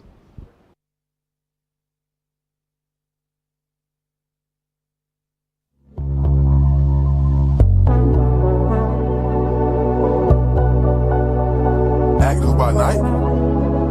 Keep going crazy. Say he been playing tricks on me. Playing tricks on me. Playing tricks on me. Playing tricks on me. Playing tricks on me. Playing tricks on me. Playing tricks on me. Playing tricks on me. It's like got me twisted, playing like a Rubik. You pull me in close and acting all elusive. Say I'm your queen. Morning, morning, morning. Good morning. Good morning to you. Welcome to Nature's Discount, the ultimate health food store. At Nature's Discount, we have thousands of quality products at great prices. Hi guys, Dottie here with Nature's Discount, and today we are talking about Solar Ray Microbiome Probiotics and why you should be taking them. And we have well over 3,000 amazing products to help you get healthy. For your health tips, tune in to CBC TV 8 every Monday, Tuesday, and Thursday for Nature's Discount, sponsored by Get Healthy Incorporated.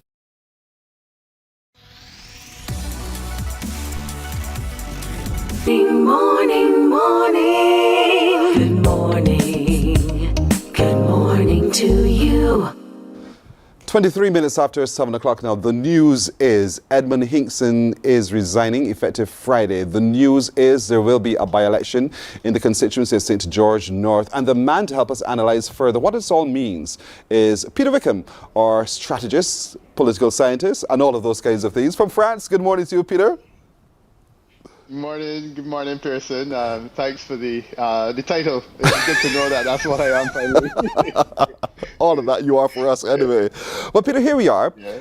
A decision has been taken now. The speculation was on, the rumor was all about, but it is now official because the letter was sent to the Speaker of the House, to his intention to resign on Friday from the House of Assembly and as Member of Parliament for the constituency of St. James North, which portends for a by-election. This gives, I think, an opportunity to test the waters for both political parties, major political parties. Do you see it in that way as well? Yeah, I mean, to some extent, but, I would say there's a seat that was slightly more balanced in terms of its support for the Barbados Labour Party, then you could say that it would be a more accurate test. I think that this really is it's almost a foregone conclusion, similar to the other by-election that we had, which would have been in St. George North. It's a situation in which the outcome is known. You hope that the opposition will do as well as be. And then really it's down to the opposition to message it in a way that would give them kind of a victory, even if they don't have an outright victory. But yeah, an election is always a good opportunity to dip your toes into the political waters and see what it looks like. What for you would indicate any potential swing in favor or out of favor for the ruling party? It's a difficult question to ask. Look, the seat was one in which the Barbados Labour Party gained 80% in the last election, 80% support. It's the second strongest seat for the Barbados Labour Party.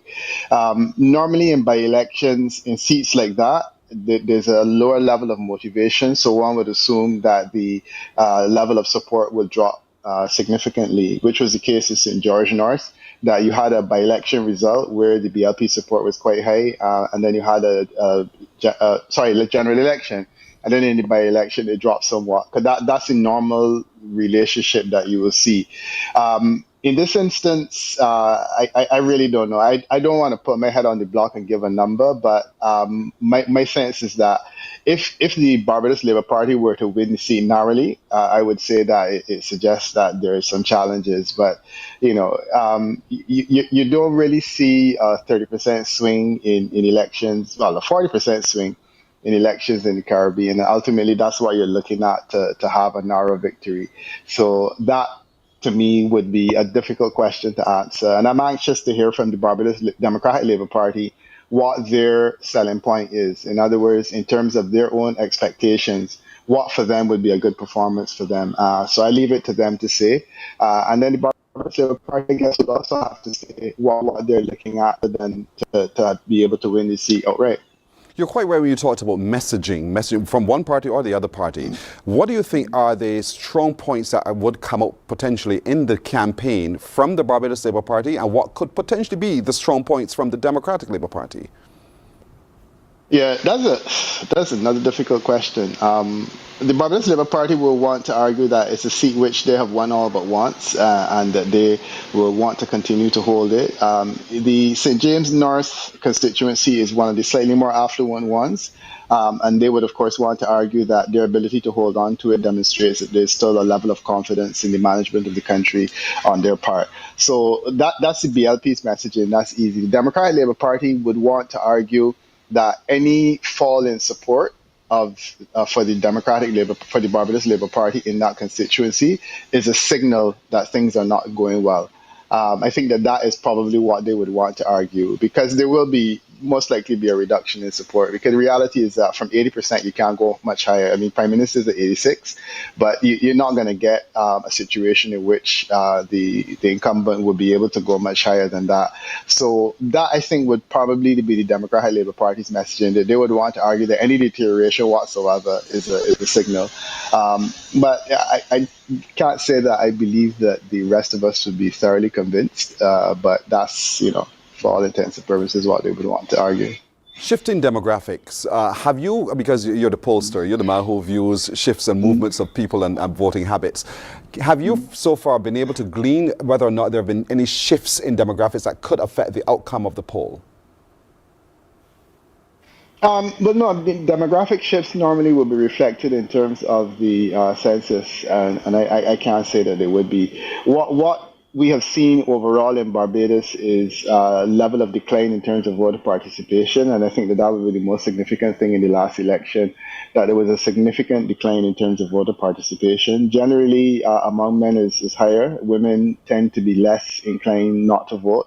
So I would say that the participation levels among men has been down all over, and I expect that also to be a factor in the constituency. In terms of St. James North constituency, one would assume that active women would be more active in support of the incumbent or the winner of the last election. I am not really sure how that decline will impact on the outcome there one way or the other. So the demographic factors is something that we probably have to wait and see. There's a new candidate coming in, which is an interesting point.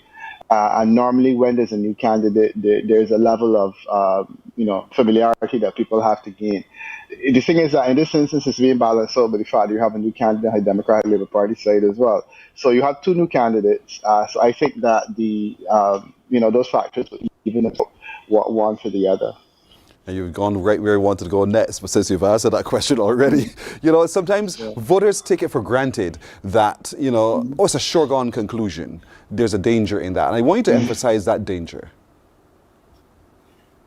Yeah, I mean, over the years, my research has told me that one of the factors that discourage people from participating in election is the fact that they know the outcome. And I think the best example of that would have been the 1990s election in the United Kingdom, where they actually did a study and concluded that the very low voter turnout was due to the fact that everyone expected Blair to win. The polls were suggesting that he would win, and as a result, there was a victory by Blair, but certainly with a very, very low turnout. I have not done any similar research in Barbados. I have tried, but I have not been able to. But my sense is that the motivation factors are pretty much the same. So you saw the lowest turnout ever in history would have been the last election, 2022, and it was also the most predictable. So predictability factors are often a thing. My sense is that the outcome in 2013 was a result of an assumption that there would be a predictability in terms of the result, and people, were as a result less inclined to go out and vote in that situation, because 2013 also had a relatively low turnout, and this to me can be problematic in situations where you're dealing with marginality, as was the case in 2013. In this instance, there's no marginality that we're expecting. So if you have a low voter turnout, it can probably impact equally on both the Barbados Labour Party supporters who may say, I can't run out and vote, or I can't turn out to vote because I won't turn out to vote because it's not going to make a difference. And the Democratic Labour Party supporters will say, well, my candidate can't win, so what's the sense of exciting myself and going and registering and spending an hour in line and whatnot? That to me will be the critical thing, that people may be demotivated in this instance, and that's often the case with by-elections. Right. From your point of view now, as it relates to the strengths of both candidates, I want you to dissect it for me just a little bit, if you don't mind, because we have two new players in the game. One who is a little bit more familiar than the other, one who's an activist, and the other one who's already serving as a minister. So from that point of view, can you share strengths of both political parties' candidates? Yeah, I mean, I can, but I'm not particularly, or I'm not going to be particularly flattering to Felicia Dujon. Let me start with Chad Blackman. He's well known to Barbadians by now. He's come back from a posting overseas. He went into the cabinet at a fairly high level, and he's now Minister of Education. So I would say that he's well placed, and it's pretty apparent that the Prime Minister likes him. She's given him substantial responsibility. And let's see how things work out for him. So he has gotten, I would say, as good a start as anyone could get in terms of his candidacy, and we wish Chad Blackman well. Felicia Dujon is known to us as an activist, and I struggled initially when she made the conversion from activist to politician, but that's another conversation. In this instance, my concern is that the framing of Felicia Dujon, the placement of Felicia Dujon in this constituency, where she's facing an uphill battle, speaks volumes about the way the Democratic Labour Party views her, and certainly her acceptance of this role says a lot about the way she views herself. I have had issues over the years with the manner in which the Democratic Labour Party treats and places female candidates. I mean, Felicia Dujon is a lecturer in the University of West Indies. She's an intelligent lady. One would argue that she's the kind of person that the Democratic Labour Party would want to advance in politics. I mean, can you do that by placing the person in a constituency where they have to turn around 80% support for the Barbados Labour Party? I think not. And, this was the basis of my remark last night about the political cannon fodder. You have Iris Ghana, who ran in a hard-to-win seat in St. Andrew. You have Carmita Fraser, who you're old enough to remember would have run in the 70s against Henry Ford. The Democratic Labour Party continues to place good women that have political potential in these seats where, they're not going to make an impact, they're not going to make a showing. And I think that placement, in my view, is unfortunate. And as I said, it speaks volumes about how the DLP sees Felicia Dujon. And I think that her willingness to accept it says a lot about how she views herself. And I think that the best thing to do is to just leave the comment there. But it's not a good look in my view. It's really not a good look. So good to have you there. So stay there, Peter. We're taking a break. We're coming right back in just a moment to glean more from Peter Wickham. Sure. Morning, morning, morning. Good morning. Good morning to you.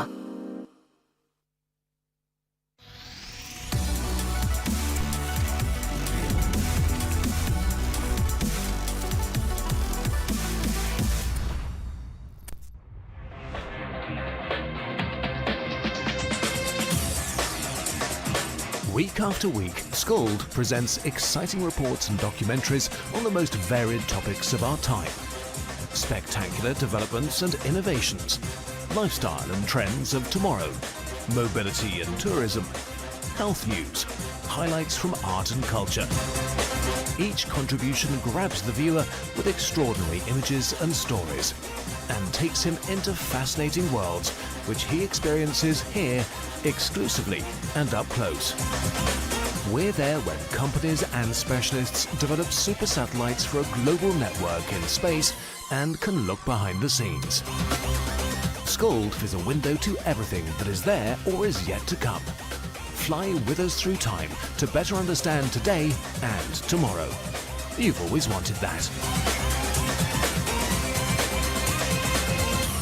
Scald, a look into the future. Our world today is not the world God wants it to be. One of the reasons, which will surprise many, is that our planet, its governments, and its peoples are all living under the weight of Satan's rule. From the beginning of mankind's existence to today, human history is the Morning, morning, morning. Good morning. Good morning to you. 24 minutes to go to 7 o'clock. As you do know, I've been sharing with you, Peter Wickham is our political analyst. He is a pollster, as you do know. He's joining us from France this morning as we take a look at what's been happening as we hear of the resignation of Edmund Hinkson from the Parliament of Barbados, effective Friday coming. And we're looking forward to a general election. But I want to turn attention now to some other matters, Peter, geopolitical now, in sense. And so Peter Wickham is back with us. And so, Peter, because the world is shifting economically and otherwise. Somehow Donald Trump, the President of the United States, has been able to create a storm across the world as it relates to tariffs and just how people trade today. Are you convinced that the conversation in Barbados or in CARICOM generally is robust enough and prepared enough to be able to handle any fallout from that discussion in the United States? Well, I guess the simple answer to that question is yes. It's robust. It's as robust as it can be. As to whether we can make an impact on that, I doubt that we can. Look, the reality is that we take prices from United States of America. We take trade from United States of America. I mean, you can't buy any major piece of electronics in Barbados unless it comes from the United States of America. And we're going to be impacted by all this. So we will try as best as we can to push these issues and to make our points, and we can aggressively lobby, but in the final analysis, the success of any lobby that we make depends on whether the White House is inspired to deal with the CARICOM lobby and to take what we're saying seriously. But we can't threaten them with anything. And it's interesting when you compare us to China, for example, when you compare us to the lobby from the Europeans. Europeans have an arsenal of what they call countermeasures. We don't have any countermeasure. If we were to put a tariff on U.S. imports, it would send the cost of living of any Caribbean country through the roof. And I would think that no politician in the Caribbean in the right mind would do that. Certainly no politician in the United States in the right mind would do it. But that's what Donald Trump has done. But that's another matter.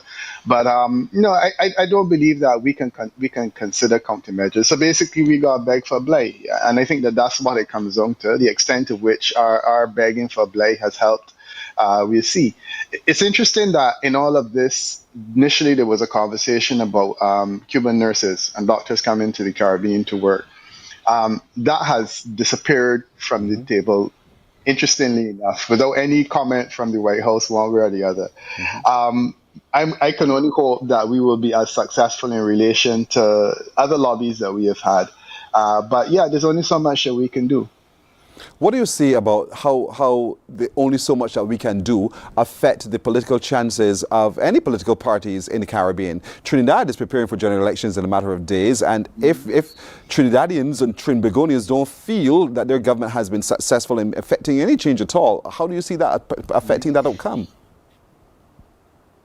Yeah, I mean, that's a delicate one, and I'm happy that you went there. Trinidad and Tobago has a special problem in that Trinidad and Tobago is essentially running out of gas, not oil, but gas. Trinidad and Tobago wants to get into a relationship with Venezuela where Venezuela has substantial gas, but they don't have the capacity to liquefy it.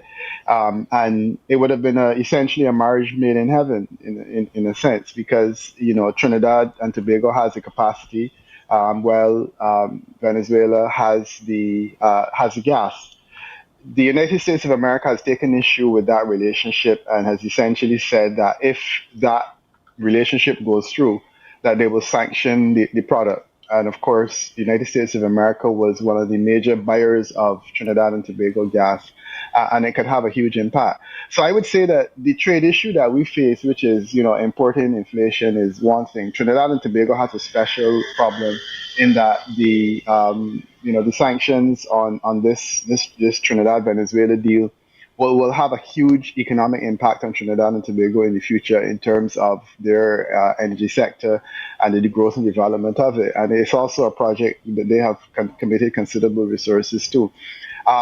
The Americans don't appear to be interested in doing a deal in that regard. And the reality is that Prime Minister Young is not exactly in a strong position because, like us, he does not have anything to use as a countermeasure against the United States of America. So he's caught in that, and really the question is whether he is able to convince the electorate that this is not his fault, that he's doing the best he can do to lobby. And he went to Jamaica and he was part of the team and so on. Is he able to convince the public of that? Or alternatively, is he not able to? Mercifully, the conversation in Trinidad and Tobago now, as they're preparing for their election, has really been a lot about crime and the cost of living and the ability of either party to deal with either of those. The PNM has made some significant personal attacks on Kamala Persad-Bissessar and her competence and ability to deliver. While the UNC has their countermeasure or their counter response to the PNM is basically to say, look, this is a party that's not going anywhere. People agree that the situation in Trinidad, both economically and in terms of crime, are horrible. The reality is that you could blame one or the other, but both parties, interestingly enough, had states of emergency, have imposed a state of emergency to deal with crime. And I don't know that either of them have really had any significant success. So I think that Stuart Young hopes that the conversation that's taking place now will keep attention focused on that, on the local conditions, and less on the international conditions. And I hope for his sake that is the case too, if he is able to prevail as Prime Minister. So the short answer to your question is yes, these international factors will. And again, I don't know that we have to, sorry to give you such a circuitous response. I don't mind at all. I don't mind at all. But staying in Trinidad and Tobago, you were right when you spoke about how they've used the age of Kamala Persad-Bissessar to be a factor in the campaigning as well. Knowing what's been spoken on the ground there, what do you think are her chances of retaining the government, of returning to government? To be honest, if I were to answer that question a month ago, I would have said her chances were slim. My intelligence this time, I haven't done any polling, suggested that she's had a really good election season, so she probably has improved her chances significantly. But I think that going in, Stuart Young had the advantage, and the question is whether or not he will be able to have retained that advantage over the months. But they said I'm at disadvantage because I didn't do any polling. Interestingly enough, the previous election, I did poll that election, and my poll was conducted a good way out from the election, and it suggested that the PNM would have retained under Rowley. Interestingly enough, in the days before the election, the numbers for Rowley were looking shaky. He got home, but only just.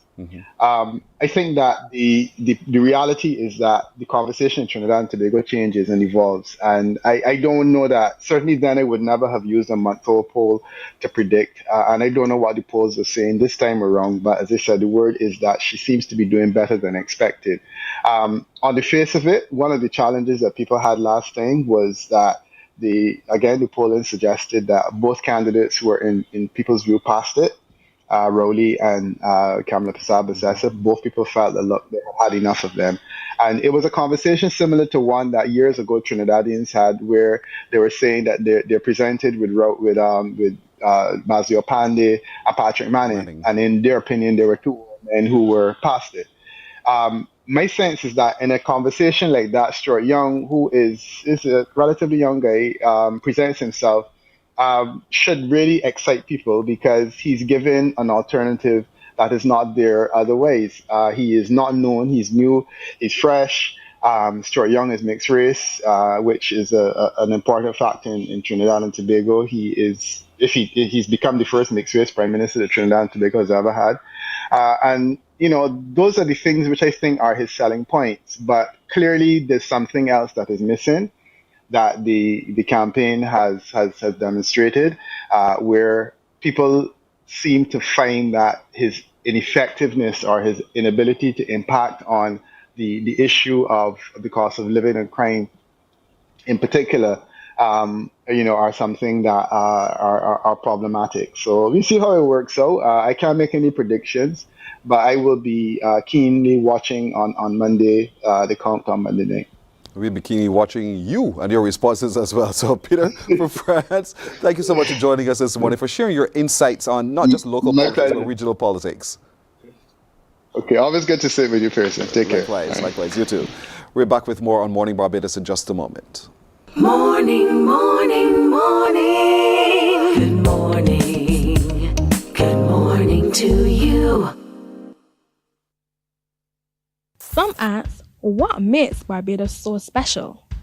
We at Mornin Barbados say it's you, our exceptional youth.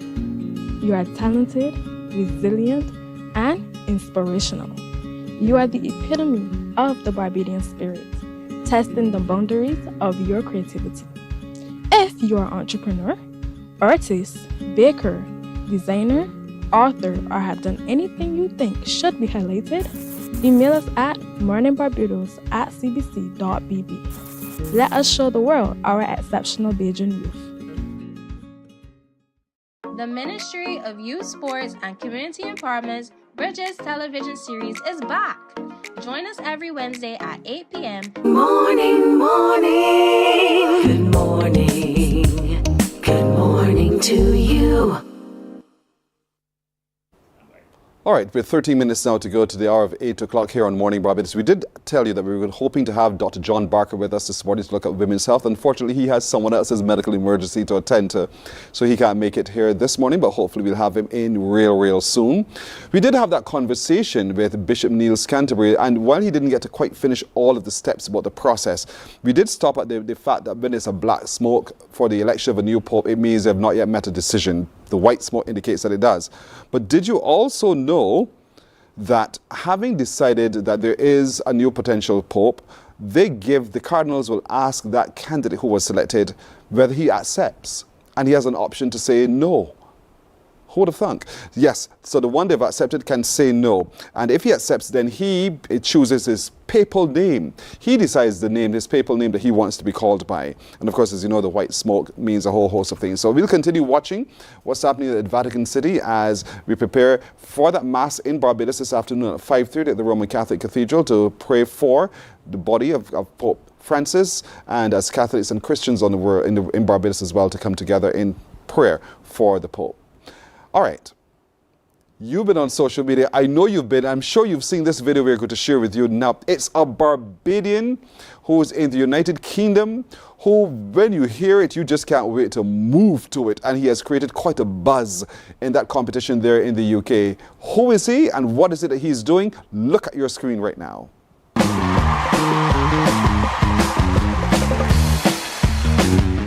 Hello. How are you? I'm good, you?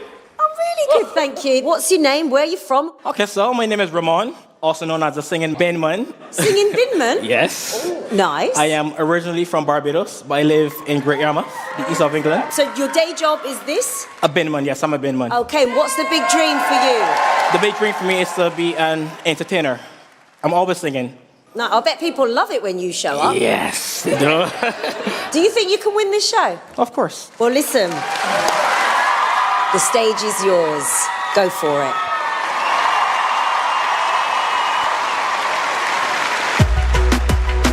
Yo, I'm a bin man moving the bins. Uptown, them a sin man.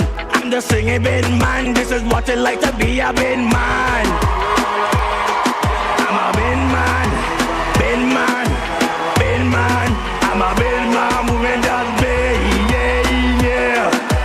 Whoa, whoa, whoa. Wearing high vis in the streets. Heavy boots on the feet. The commentary my feet, yeah, the bin may just reach early morning while you're still in the shade. Take it away. It's my binman, Kim, done my rule. Sing it like that. Shut up! Who needs a rooster to wake them in the morning with a bin man? Haven't you heard? Whoa, whoa, whoa. I'm a bin man, bin man, bin man. I'm a bin man moving down the bay, yeah, yeah. Whoa, whoa, whoa. A bin man, I'm a bin man. It's a good loaded days. Next week they say time I do it all again. General garden or recycling, doesn't matter, I'm a bin man. Blocking all the traffic, making loads of racket. My old man, the dustman, is a classic, but the song is more dramatic. This a good loaded days. Next week they say time I do it all again. General garden or recycling, doesn't matter, I'm a bin man. Bin man with the bay, yeah, yeah. Whoa, whoa, whoa. A bin man, I'm a bin man. I'm a bin man moving the bins.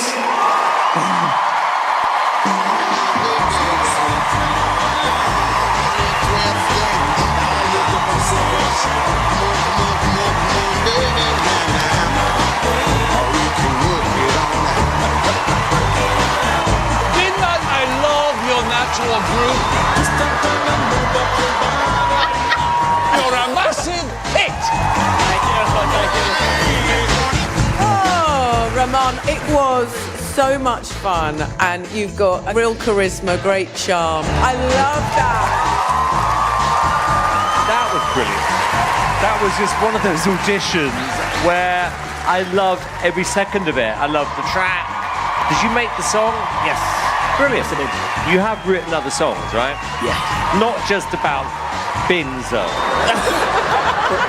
Good. I'm going to say yes. It's a yes from me. Yes for me. It's a yes from me. You got 4 yeses, the big man. Thank you.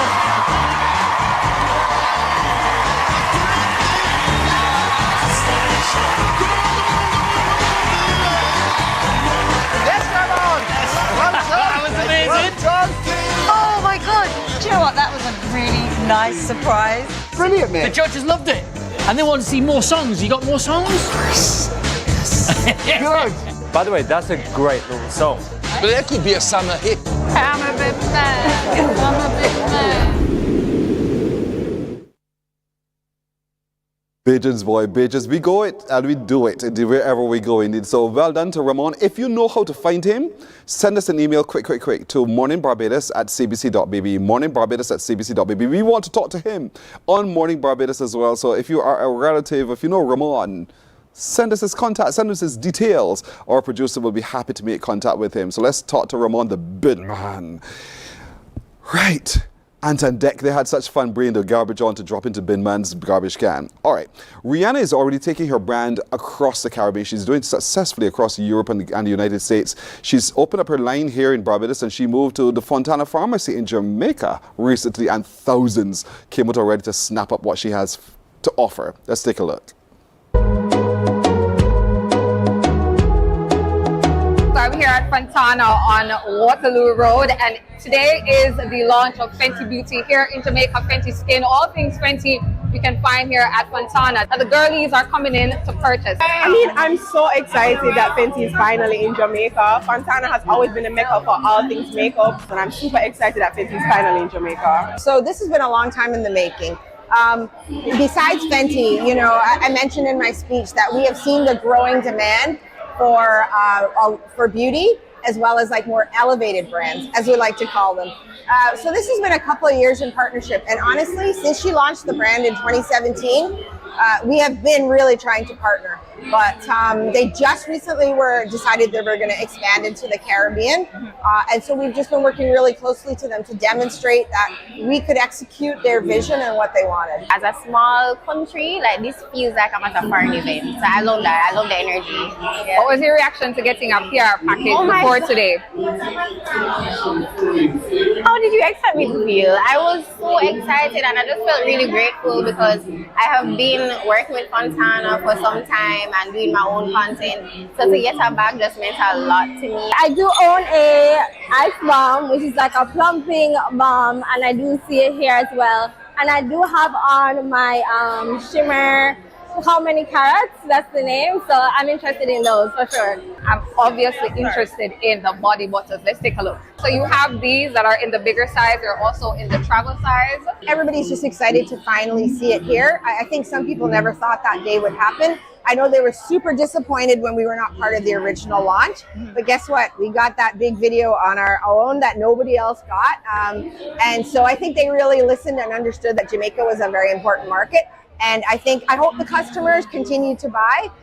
You know, that's one of the things, to continue to bring these brands, we have to get the support here. I'm in my 50s, you know, so I'm 56. I think it just enhances you, you know. You're pretty, but you're a little bit prettier with a little lip gloss and stuff like that. You know, you put on little clothes and everything else, and lip gloss, and you go. You know, because when I was growing up, whatever, we used to have little Vaseline, and that was it. What's your reaction to the outcome today? Honestly, I am shocked because Jamaicans are very good. Thank you.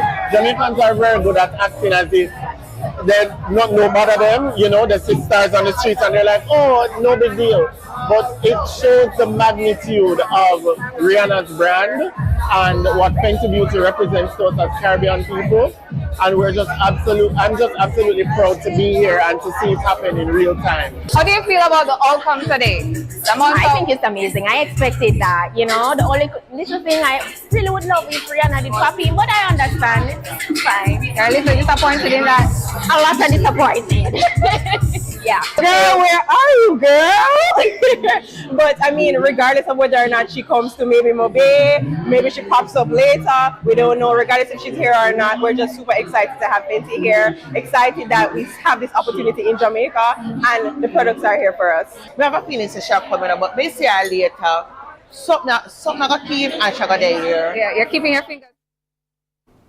All right, so that's what's happening there in Jamaica. Now, I can't wait to show you this one. It's so wonderful to see how grandchildren have surprised their grandfather for his birthday.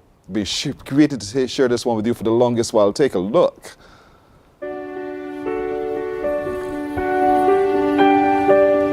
There's good news tonight about the birthday one grandfather will never forget.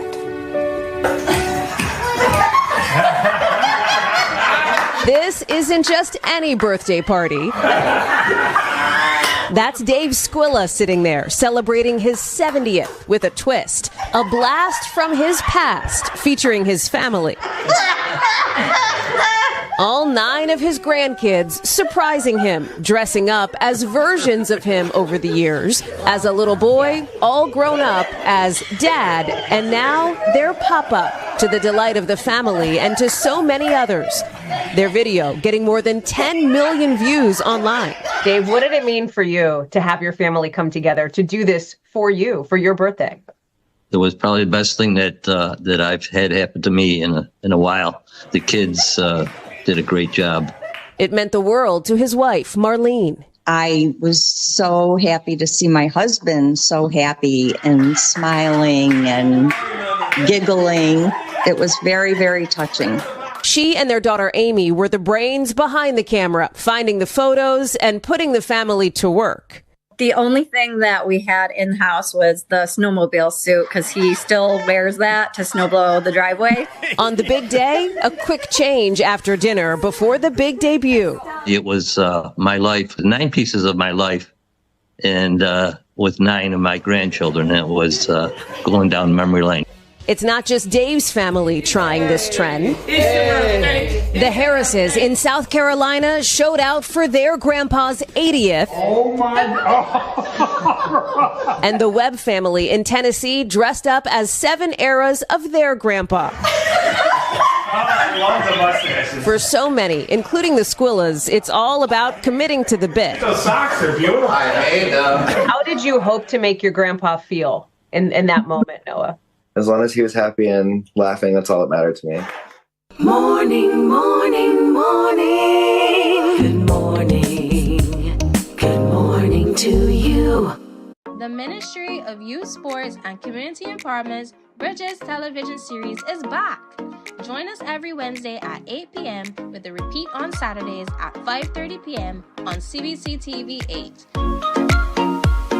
Don't you miss it. God will not give you a job. God will not call you to do something and then not give you the capacity to have it, to make it happen. He will give you the resources. He'll give you the people.